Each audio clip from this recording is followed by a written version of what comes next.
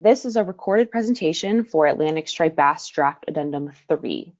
My name is Emily Franca, and I am the Fishery Management Plan Coordinator for striped bass at the Atlantic States Marine Fisheries Commission.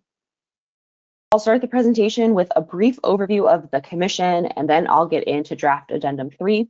I'll review the timeline, and then I'll review the statement of the problem and the proposed management options for each of the 4 issues in the document. And then I will go over how to provide public comment. So starting with background on the Atlantic States Marine Fisheries Commission itself, the commission was formed back in 1942 as an interstate compact between the 15 Atlantic coast states from Maine through Florida. And the commission is the deliberative forum for these states as they're coordinating management for species that are in state waters. So that is 0 to 3 miles from shore. And while each state is represented on the commission by 3 commissioners, each state gets 1 vote in the decision-making process. The commission's Atlantic Striped Bass Management Board includes the states from Maine through North Carolina and also includes the District of Columbia and the Potomac River Fisheries Commission, as well as the National Marine Fisheries Service and the U.S. Fish and Wildlife Service. So in total, there are 16 votes on the Striped Bass Board. So now getting into Draft Addendum 3. This action was initiated back in December of 2024, and then the options and the document itself were developed over the next several months based on guidance from the board. So last month in August 2025, the board approved the document for public comment, and now we are here in the public comment period, which runs through October 3rd. And then during the last week of October, the board will meet to review the public comments, select management measures, and consider final approval of the addendum. And then the states will implement those measures in 2026 and beyond as determined by the board. The draft addendum is a comprehensive document with a lot of background information to inform these management options. The presentation today will primarily focus on Section 3 of the document, the options themselves, but I would encourage everyone to review the full document so you can see all of the additional details and background information. So there are proposed management options for 4 different issues in the document. Section 3.1 is how to measure the total length of a striped bass. Section 3.2 is commercial tagging, considering the point when fish are tagged. Section 3.3 is the state of Maryland's recreational season baseline, and Section 3.4 is on the reduction in fishery removals to support stock rebuilding. So I'll go through each of these issues with a brief background, and then I'll outline the management options. So starting with Section 3.1 on measuring the total length of a striped bass. So the striped bass fishery management plan specifies all size limits in total length, but it does not define a specific method for how to measure the total length of a striped bass. So that means there are varying regulations across states on how to measure striped bass total length for regulatory compliance. And there is concern that not having a coast-wide standard for how to measure total length is undermining the intended conservation, consistency, and enforceability of size limits. Also, the Law Enforcement Committee has noted that they support having consistent and specific language along the coast.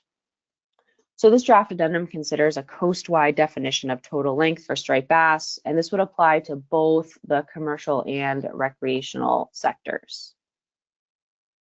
So for the options themselves, option A is status quo, where there's no coast-wide definition of total length. Option B is the alternative, where each state would have the same 4 elements in their definition of total length. So when measuring total length, all states would require first to squeeze the tail, second to take a straight line measurement, third to lay the fish flat, and 4 to keep the mouth closed. So the addendum includes specific language that states can use, or states can submit alternative language for consideration by the board. So the language in the draft addendum reads, total length means the greatest straight line length in inches as measured on a fish, laid flat on its side on top of the measuring device, with its mouth closed from the anterior most tip of the jaw or snout to the farthest extremity of the tail, with the upper and lower fork of the tail squeezed together. So moving on to section 3.2, this is commercial tagging, specifically when the fish is tagged. So the fishery management plan commercial tagging requirements have been in place for over a decade, since 2012. And currently, states with commercial fisheries can choose whether to tag harvested fish at the point of harvest or at the point of sale. And one state currently tags at the point of landing, which is between that harvest and sale. And this is due to safety concerns raised by industry in that state about tagging at the point of harvest. So there are concerns that waiting to tag a harvested fish until the point of sale could increase the risk of illegal harvest. So this draft addendum considers whether to require commercial tagging at the point of harvest or by the first point of landing. And the goal of this would be to improve enforcement and compliance. This potential change would impact 3 states that currently tag at the point of sale. Those states are Massachusetts, Rhode Island, and North Carolina. However, it is important to note that differences among how states manage their commercial fisheries, for example, some states have individual quotas, some do not, and differences in how each state manages their current tagging program make it difficult to determine whether this change would decrease the risk of illegal harvest in every state. For the options, option A is status quo, where states can choose to implement their tagging programs at either the point of harvest or the point of sale, or between those points. For option B, states would implement commercial tagging at the point of harvest, which means immediately upon possession or within specific parameters outlined by the state. And then for option C, states would implement commercial tagging by the first point of landing. So before offloading and or before removing the vessel from the water. And then if fishing from shore, tagging would occur immediately upon possession. And for options B and C, the board may consider a later implementation date, perhaps 2027 or 2028, to allow enough time for those 3 states to make all the changes needed to switch over from their current point of sale programs. So the next section is section 3.3, which is the Maryland Chesapeake Bay recreational season baseline. So Maryland's striped bass seasons have become increasingly complex over time, and there has been some stakeholder desire from some Maryland stakeholders to adjust the seasons to allow for fishing opportunities in the spring when conditions are favorable to lower striped bass release mortality. So this draft addendum considers a new recreational baseline season to simplify the Maryland Chesapeake Bay regulations and to realign access based on that stakeholder input and potential lower release mortality rates. So the new baseline would change the duration and the timing of seasons throughout the year in Maryland Chesapeake Bay. Again, this is for the recreational fishery in the Chesapeake Bay. One note is that Maryland's existing spawning closures in March through May would not be affected by this potential change to the baseline.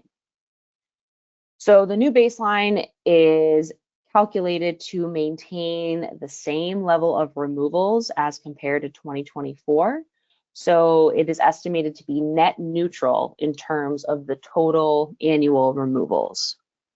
And then as far as the calculations, the technical committee did accept Maryland's methods, but did highlight the uncertainty of predicting how effort would change if the new baseline opens a season that is currently no targeting and allows catch and release. To address uncertainty, there is one option that considers an uncertainty buffer. And this is intended to increase the chance of success that the new baseline would actually stay net neutral and not increase removals. So adding that uncertainty buffer means that some of the closures would be slightly longer than without the buffer. So for the options, option A is status quo, where Maryland Chesapeake Bay does not change its baseline season.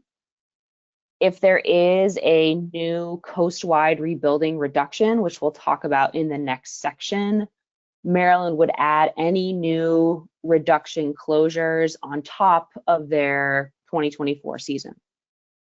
Option B would be Maryland does implement the new baseline season. Again, that's calculated to be net neutral.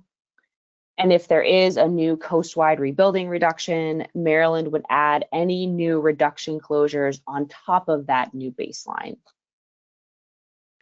Option C is the uncertainty buffer option. So Maryland would still implement the new baseline season under this option, but there would be an uncertainty buffer. So that means that if there is a reduction, Maryland would add any new reduction closures on top of that new baseline, plus they would take a slightly higher reduction because of this buffer. So this would result in Maryland taking a 13% reduction instead of a 12% reduction. And then if there is no rebuilding reduction, Maryland could still implement their baseline season, but it would have to be adjusted to be slightly more conservative than the 2024 season. So instead of being just net neutral, it would be 2% more conservative than the 2024 season. So here's a table showing the current Maryland Chesapeake Bay recreational season. That's under option A, that first column, and then the proposed new baseline under options B and C in that second column. Green means that harvest is allowed, yellow means it's catch and release only, and red means no targeting. So the new baseline season in that second column would make 4 changes. First, it would change the month of April from no targeting to catch and release being allowed. Second, it would change May 1st through 15 from no targeting to allowing harvest. Third, it would shift the summer no targeting closure to August instead of July, and that no targeting closure in August would be a month instead of 2 weeks. And then finally, the new baseline would close the December harvest season a few days earlier. So this table does not account for any reduction closures that would be on top of this and doesn't account for the uncertainty buffer. So the dates in this table are not necessarily the final season dates that Maryland would implement. There could be some rebuilding reduction closures on top of this and or an uncertainty buffer on top of this. So the final section is section 3.4, which is the reduction in fishery removals to support stock rebuilding. So the Atlantic striped bass stock was declared overfished in 2019, and so it is subject to a rebuilding plan that requires the stock to be rebuilt to its spawning stock biomass target by 2029. And the most recent stock projections estimate an increase in fishing mortality in 2025. So this year, due to the above average 2018 year class entering the current slot limit, that recreational slot limit in the ocean, and then followed by a decrease next year in 2026 and beyond as that 2018 moves out of that ocean slot limit. There's also concern about the lack of strong year classes behind that 2018 year class. So this is figure 1 from the draft addendum showing data from the last stock assessment. The red bars are recruitment, so the number of age 1 fish that are entering the population. So you can see that recruitment has been below average in the recent years. And then that shaded blue area is the female spawning stock biomass, which is the biomass of mature females. So although that blue area, that spawning stock biomass, has been increasing over the past few years, that spawning stock biomass is still below the overfished threshold, which is that solid light blue line. So the stock is still overfished. So the goal of this rebuilding plan is to rebuild that spawning stock biomass up to the target, which is that dashed line, by 2029. So under status quo with no management changes, the projections estimate there is a 30% probability of rebuilding the stock by 2029. So this draft addendum considers management measures designed to increase that probability up to a 50% probability of rebuilding the stock by 2029. So to get up to that 50% probability, a 12% reduction in fishery removals is needed. So before I get into the specific options, here are 3 questions to help think about all of the options in this section. So first, should there be a reduction in fishery removals? Second, what measures should change to meet the reduction? And third, what should potential recreational season closures look like? The first question, should there be a reduction in fishery removals? Option A, status quo, no reduction. Option B is a 12% reduction in fishery removals to increase the probability of rebuilding the stock. This reduction would be a 12% reduction for the commercial sector and a 12% reduction for the recreational sector. It is possible for the board to implement something less than 12% as long as it's in the range of a 0 to 12% reduction. So the second question, what measures should change to meet the 12% reduction? On the commercial side, this would be a reduction in commercial quotas. So this is table 9 in the draft addendum, shows a 12% reduction in commercial quotas for option B. For the recreational sector, what measures should change to meet the 12% reduction? So we'll start with the ocean fishery. So there are 2 options for the ocean recreational fishery to meet the reduction. Option 01 would maintain the status quo slot limit of 28 to 31 inches for all modes, and then that 12% reduction would come from season closures. Option 02 would be a mode split option that would allow the for hire modes to have a wider slot of 28 to 33 inches, and then the private and shore modes would stay at the status quo 28 to 31 inches. So allowing that slightly wider slot for hire would slightly increase removals by about 1%. So all modes would need to take a slightly longer season closure to offset that wider slot limit. So that would be a 13% season closure instead of a 12% season closure. And note that there would be no changes to the 1 fish bag limit. The bag limit would still be 1 fish. And for the ocean, just a note on 3 area-specific fisheries, the New York Hudson River fishery, the Pennsylvania Spring Slot fishery, and the Delaware Summer Slot fishery. These 3 fisheries have historically targeted smaller fish to protect spawning females and or due to the availability of resident fish. So the fishery management plan has typically allowed these fisheries to have smaller size limits. So for this draft addendum, the ocean options would maintain the smaller size limits for these 3 fisheries. And then these fisheries would be subject to the season closure that's selected for their larger state, or these fisheries could submit alternative measures to achieve the reduction in their specific fishery. And any alternative measures would be reviewed by the technical committee and by the board. So for the Chesapeake Bay recreational fishery, what measures should change to meet the 12% reduction? So option CB1 would meet the reduction by changing the size limit. All modes would go to a narrower slot limit of 20 to 23 inches, and there would be no change, no additional seasonal closures. Option CB2 would also meet the reduction by changing the size limits, but this would be a mode split option. So private and shore modes could go to a narrower slot of 19 to 22 inches, and the for hire modes would go to a wider slot of 19 to 25 inches. Again, there would be no additional season closures, just the size limit change.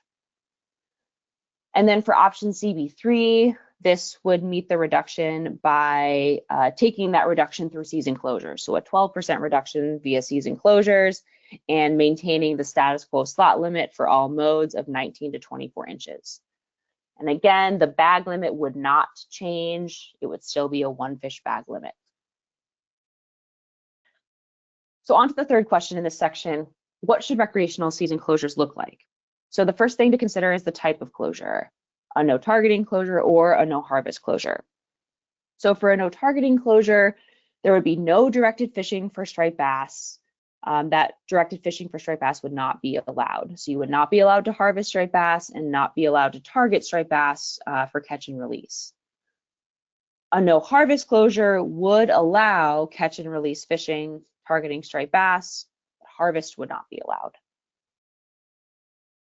The next thing to think about is the geographic scope of these closures. So for the ocean, the closure could either be coast-wide, so all states from Maine through North Carolina would have the same closure, or there could be different closures by region. There would be a New England region and a Mid-Atlantic region. All states that are in a region would have the same closure dates. And the draft addendum includes two options for how to split up those two regions. So one option would group Rhode Island with New England, and the other option would group Rhode Island with the Mid-Atlantic. So the question is, where should that split be around Rhode Island? For the Chesapeake Bay, the season closures would be by state. So there's closure options for Maryland Chesapeake Bay and closure options for Virginia Chesapeake Bay.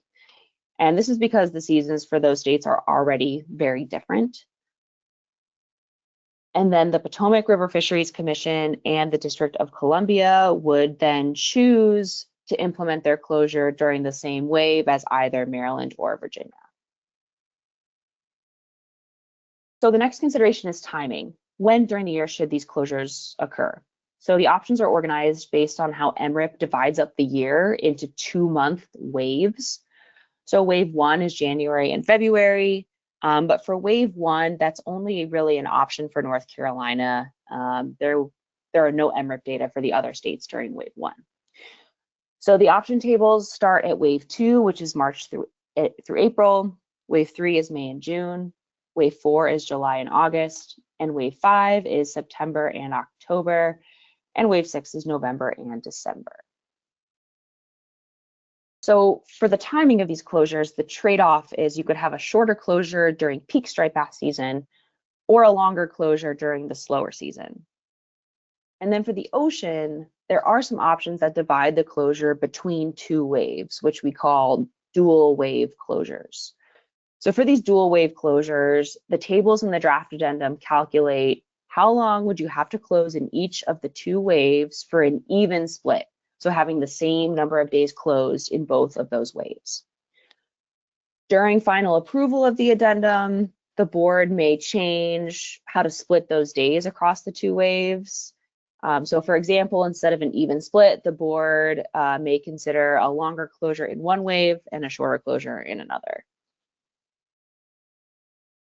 So now we'll go into the season closure tables that are in the draft addendum, showing how many days closed on top of the current season to meet the 12% reduction. So this is from table 10 of the draft addendum. Table 11 in the draft addendum shows how many days need to be closed for a 13% season closure in the ocean. And again, that table 11 is only for that ocean mode split option, O2. So those 13% closures would obviously be slightly longer than the 12% closures. You can find those 13% closures in the draft addendum. I'm just going to focus on table 10 for the presentation. So some things you'll notice on the tables, those dual wave closures I just mentioned, those closures, you'll see 2 waves that are listed and then the number of days closed in each wave. And then any red cells in the table indicate that if you close an entire wave, that wouldn't achieve the reduction. So in that case, the board might choose, they could still choose that wave, but they would have to extend the closure into the preceding or following wave to meet the rest of the reduction. So that could be a few extra days in the preceding or following wave, or a few extra weeks, depending on which wave it is. So here's the option for the coast-wide ocean closure for the 12% reduction. So all states from Maine through North Carolina, again, this is excluding the Chesapeake Bay, we're just talking about the ocean region. All states in the ocean would have the same closure, and that would be to close during wave 3 and close during wave 6. So if you're with an even split of days across those waves, that would mean a no targeting closure for 22 days in wave 3 and 22 days in wave 6. For a no harvest closure, that would be 31 days closed to harvest in wave 3 and 31 days closed to harvest in wave 6. So here is the table for New England. You can see both of the region split options here, either Maine through Massachusetts or Maine through Rhode Island.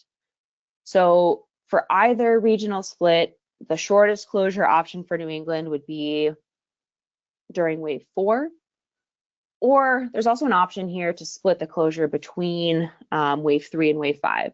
So for example, for Maine through Massachusetts, there would be a 30-day no targeting closure during wave 3 and a 30-day no targeting closure during wave 5. And again, that's an even split of days between the two waves. The board could choose to change the split between those two waves. So for the ocean mid-Atlantic, here are the closures for the first regional configuration of Rhode Island through North Carolina. So the shortest closure option here would be wave 6. And then there are also several options for splitting the closure between two different waves. And then for the Mid-Atlantic, here is the second regional configuration of Connecticut through North Carolina. So this is if Rhode Island was grouped up with the New England, the Mid-Atlantic would be Connecticut through North Carolina. These closures are very similar to the first configuration. Again, the shortest closure option would be wave 6. And again, you have those several options for splitting the closure between two waves. Two notes for the Mid-Atlantic for New York and North Carolina. So for New York, if a wave 2 or wave 6 closure is selected, the board may modify how many days New York would close, since New York is already closed for part of those waves. And then for North Carolina, the board may specify North Carolina's closure in a different wave from the rest of the Mid-Atlantic or the rest of the coast. And this is because North Carolina only considers striped bass in the ocean in the winter, so during waves 1 and 6, to be part of the coastal migratory stock. So moving on to the Chesapeake Bay, here are the closure options for Maryland, Chesapeake Bay. The first set of options there is how many days would need to be closed on top of Maryland's current season. And then the second set is how many days would need to be closed if Maryland changed their baseline season. So how many days closed on top of the new baseline season. So again, the shortest closure options under the current season, that top set of options would be wave 4 or wave 6. And then under the new baseline, the shortest closures would be, to meet the reduction, would be either wave 3 or wave 6. But the options really vary here depending on the wave and the baseline season. And then here are the closure options for Maryland Chesapeake Bay if they change their baseline and if the uncertainty buffer is applied. So as a reminder, that uncertainty buffer means that Maryland would take a slightly larger reduction. So a 13% reduction instead of a 12% reduction. So these closures with the buffer would be slightly longer than the closures on the previous slide. And then here are the closures for Virginia Chesapeake Bay. For Virginia Chesapeake Bay, closing during wave 3 or wave 6 are pretty similar options. So again, to wrap up this section, here are the 3 questions that are being considered. So first, should there be a reduction in fishery removals? What measures should change to meet the reduction? and what should recreational season closures look like. So that concludes all the options in the document. I'm going to go over information on how to submit public comment and where you can find more information. So all the information on Draft Addendum 3, including the public hearing schedule, is on the Commission's Action Tracker webpage. And then, of course, this recorded presentation that you're listening to is available on the Commission's YouTube channel. And the deadline for submitting public comments is Friday, October 3rd at 11:59 p.m. You can send an email to comments@asmfc.org with your comments, or you can mail in your comments to the Commission, or you can submit a comment online through the public comment form that was developed, so you can click on which option you support if you'd like to do it that way. The form does include a space for you to write in any comments. And then we also have on our Action Tracker page, there's a comment box you can use. And then please feel free to contact me, Emily Franca. I am the FMP coordinator if you have any questions. My email is efranke@asmfc.org.